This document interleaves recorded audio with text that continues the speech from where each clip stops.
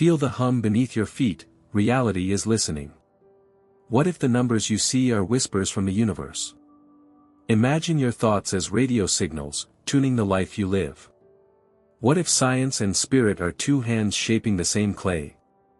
What if 111, 222, 333 are not coincidences but doorways? Today we step through, together. For many of us, life feels like an unsolved puzzle, goals stall, relationships fray, and the bright future we envision seems just out of reach. The problem is not that we lack desire or effort, it's that we have been trained to treat reality as a fixed stage rather than a responsive field.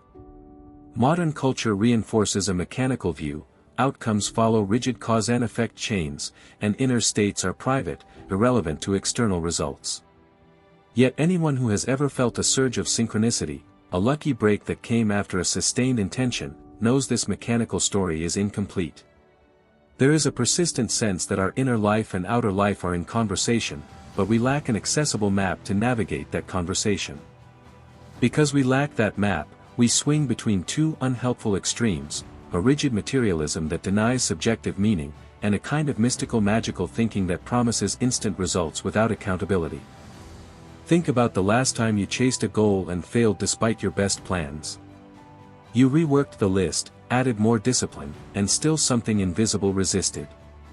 Or remember when a casual thought, a wish, a fleeting image, unexpectedly became reality weeks later, as if some hidden mechanism had amplified that whisper into form. These experiences are not rare anomalies, they are data points pointing to a deeper feedback loop between mind and matter. Many people in the USA experience both the frustration of stalled efforts and the wonder of synchronicities, but they rarely learn to connect those dots in a way that is practical, ethical, and evidence-informed. Another layer of the problem is emotional. We internalize failures as identity failures. "I'm not enough" becomes a story, and that story sculpts expectations and behaviors. Neuroscience shows that repeated thoughts wire neural pathways, which alter perception and behavior, reinforcing the original story. But neuroscience alone doesn't explain why some repeated thoughts precede synchronistic events, why some critical intentions seem to attract aligned circumstances. The missing piece sits at the boundary between attention, emotion, and context, how focused, embodied intention interacts with the probabilistic substrate that modern physics describes. When physicists say observation affects outcome, they mean the act of measuring collapses probability into a specific state. Metaphorically, our focused attention acts as a kind of measurement.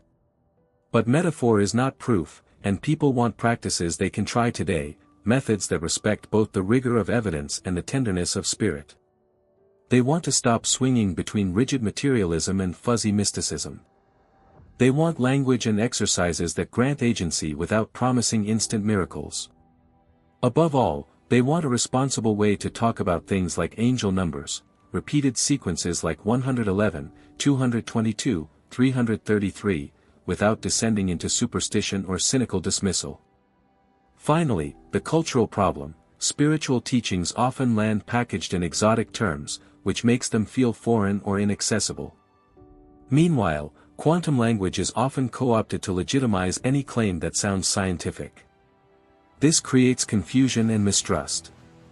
So the problem is threefold: a personal experience gap, you know something's happening but lack a map; a scientific gap, hard science and lived experience speak different dialects; and a cultural gap, language and method feel alien or misused. The rest of this video will give you a clear, ethical, evidence-informed map, practical practices, emotional explanation, and real stories, so you can engage intentionally with synchronicity and angel numbers without losing your grounding. Discovery begins in curiosity and patient witnessing. For many seekers, the discovery starts with small, undeniable coincidences that accumulate until patterns emerge. A friend tells you about seeing 111 on the clock during a period of major life decisions. A client repeatedly encounters 222 when facing relationship choices.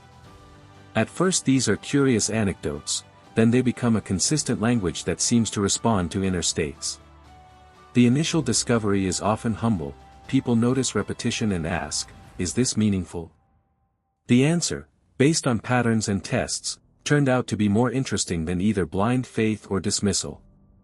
To make sense of these experiences, I turned to two literatures. First, the experimental findings in quantum physics that reveal a probabilistic substrate beneath apparent solidity. Second, contemplative traditions that teach disciplined attention, ethical intention, and non-reactive awareness. Quantum experiments, like double-slit setups, show that observation can influence which potential becomes manifest. Contemplative teachers, from Buddhist mindfulness masters to modern spiritual mentors, describe how refined attention changes perception and behavior.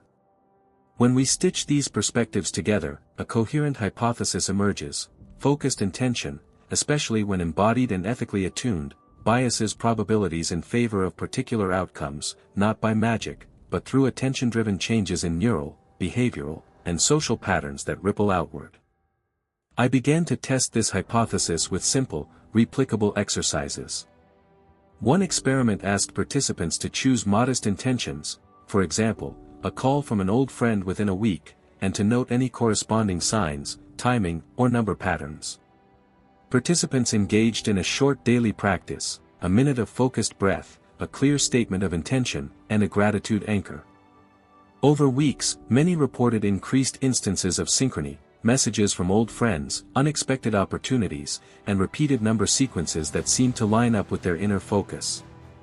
These were not guaranteed miracles, but they were statistically notable increases in meaningful coincidences compared to control weeks. Beyond anecdote, discovery also involved reframing what signs are.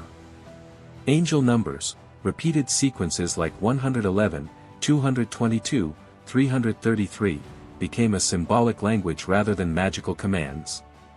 In this interpretive model, 111 suggests new beginnings and alignment with purpose, 222 suggests balance, relationships, and cooperation, 333 signals encouragement, expansion, and the activation of gifts.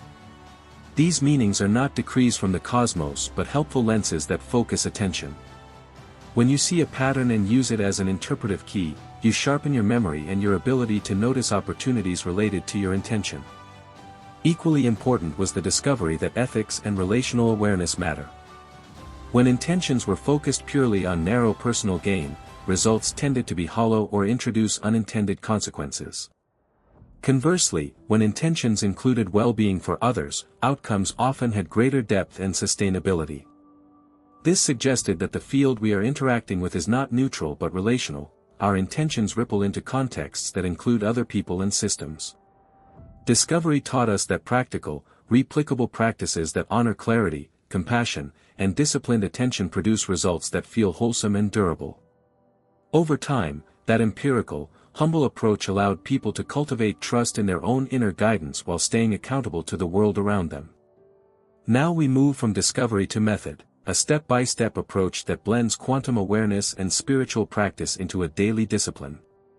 The method rests on 5 pillars: clarity, coherence, calibration, compassion, and corroboration. These pillars translate scientific humility and spiritual discipline into practical actions you can do in 15 minutes a day. Clarity, begin with a specific, ethical intention. Vague wishes scatter energy. Instead of, I want abundance, try, I intend to receive one meaningful job inquiry that aligns with my skills within 30 days. Write it down in present tense as if it's already initiating. Include why this matters to you and who benefits. This creates a target for attention and aligns motivation with purpose. Coherence, align emotion with intention. Emotions are the amplifier of intention, intellectual wishes without feeling lack power. Use somatic practices, breath, posture, vocalization, to embody the feeling of the outcome. A simple coherence practice: inhale for 4 counts, hold 2, exhale for 6, on each inhale imagine the desired state growing brighter, on each exhale release doubt. Practice 5 minutes twice daily. Feel gratitude as if the intention is already unfolding. Calibration, track evidence without obsession. Keep a manifestation log, where you note intentions, associated signs, like angel numbers, synchronicities, and actions taken. This helps you refine what's working. Calibration is scientific, form a hypothesis, test it, record results, adjust. If your intention keeps attracting obstacles, examine underlying narratives or conflicting goals. Small course corrections are more powerful than big, punitive efforts. Use clear metrics, frequency of related synchronicities, concrete steps taken, and changes in your mood and behavior. Compassion, root intentions in ethics and communal good. Before launching an intense intention, pause and ask, will this harm others? Does it align with my core values? Practices that ignore context risk producing short-lived or isolating results. Include in your practice a compassion check. Imagine the outcome rippling out 3 degrees, to colleagues, family, community, and sense whether the ripples are benevolent. If not, reformulate the intention to include generosity or mutual benefit. Corroboration, combine inner work with outer action and community feedback. Quantum manifesting is not passive waiting. It's engaged co-creation. Take inspired steps each day that align with the intention. Send an email, attend a meetup, refine your portfolio. Share your process with a trusted friend or coach who can offer perspective and accountability. Corroboration stitches subjective experience into objective reality and prevents wishful thinking from masquerading as progress. Practical exercises to apply the method. The 111-minute reset, once daily, spend 11 minutes in a quiet place. Spend the first 3 minutes settling the breath, the next 5 minutes visualizing one clear, ethical intention in sensory detail, and the last 3 minutes grounding with gratitude. End by writing a single actionable step you'll take that day. The 222 relationship alignment. When making choices that affect others, pause and silently repeat a short phrase, may my choice serve highest good. Breathe, feel, then decide. This simple ritual builds relational coherence. The 333 courage activation. When fear freezes you, do 3 rounds of quick expressive movement, arms overhead, vocalize a single empowered word, then breathe. Use this to break inertia and access embodied courage. Remember, method without adaptation becomes ritual without result. Regularly revisit your steps and be willing to redesign the practice so it fits your life. Make the exercises brief, consistent, and joyful so they become sustainable rather than another task on a long to-do list. Together these pillars and exercises form a replicable method. Clarify what you want, embody it emotionally, measure and tweak, ensure ethical intention, and take responsive action. This is where inner work becomes reliable co-creation. Transformation is the natural fruit of sustained practice, but it often arrives in quiet, cumulative shifts rather than sudden fireworks. Many people report a subtle reorientation. The world feels less like a hostile obstacle course and more like a responsive collaborator. Small, practical changes accumulate: improved emotional regulation, clearer choices, and more frequent synchronistic events. These changes are both internal and external, crossing the boundary between mind and matter. Consider Jana, a small business owner in Ohio. She began with skepticism, noting 111s on random receipts during a difficult pivot. She engaged the method, a clear intention for a steady, values-aligned client within 2 months, daily coherence practice, and weekly calibration notes. She also included a compassion check to ensure her business choices supported her team. Within 6 weeks a past client returned with a referral that matched her new direction. That referral led to steady work and a shift in her business identity. She moved from chasing every opportunity to curating work that aligned with her mission. For Jana, the most profound transformation was not simply that revenue rose, but that her relationship to work changed: less friction, more aligned activity, and a deeper sense of meaning. Another story: Marcus, a teacher in California, used the 222 relationship alignment during a fraught family period. He intended to repair a strained connection with his brother. Marcus practiced empathy, paused before responding to triggers, and used the 222 ritual to center his choices in service. Over months, the brother began to soften. Small gestures replaced sharp words. For Marcus, the most striking transformation was internal. He felt less reactive and more able to hold complexity, and that inner shift produced the outward change he had hoped for. Physically, sustained practice often reduces stress markers, better sleep, more balanced digestion, and clearer focus. Neuroscience supports this. Practices that cultivate attention and regulate emotion change brain networks involved in attention, emotion, and social cognition. From a quantum spiritual perspective, these physiological changes alter the pattern of observation you bring to the world, shifting the probabilities of different outcomes. In plain terms, when you are calmer, clearer, and kinder, you notice opportunities more readily and you are more likely to take the aligned actions that convert chance into change. Transformation also includes ethical maturation. As people practice intentionality over time, they often expand their aims from narrow personal gain to broader contribution. The field responds differently when intentions include shared benefit. These shifts produce more sustainable results and richer meaning. Importantly, transformation is not about control but co-creation. You will not manifest everything you desire, and sometimes outcomes you initially resisted contain lessons or redirections that ultimately expand your capacity. To support lasting transformation, create scaffolding, daily micro-practices, community support, and patience. Track not just wins, but shifts in tone, fewer impulsive reactions, more grounded choices, and greater curiosity. Celebrate small milestones and treat setbacks as information, not failure. Over months and years, the cumulative effect often looks like a new life rhythm, one in which you and the world participate together. Transformation is less about flashy results and more about becoming a person who naturally attracts different circumstances. Once transformation lands, it naturally asks a question: what will you do with this new capacity? The mission frames manifesting as service rather than mere personal ticketing. In the USA, a culture that values individual achievement, this shift from self-focused success to communal contribution can be revolutionary. Manifesting with ethical scope multiplies benefits and anchors the practice in meaning and sustainability. Start by asking, what problems in my circles or community resonate with my gifts?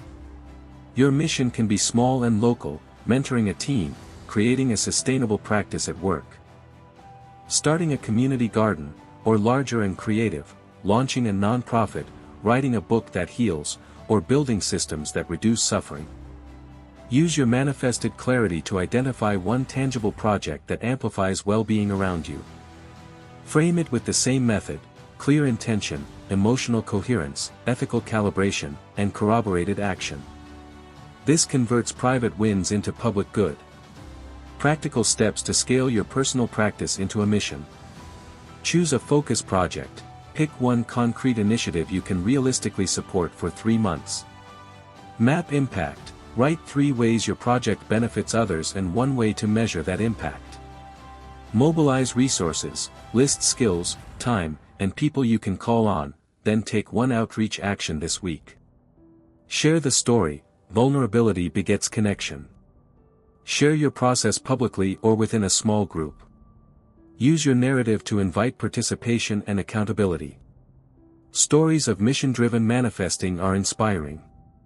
A group of friends in Seattle used their combined intentions and coordinated action to convert a vacant lot into a neighborhood garden that now feeds dozens.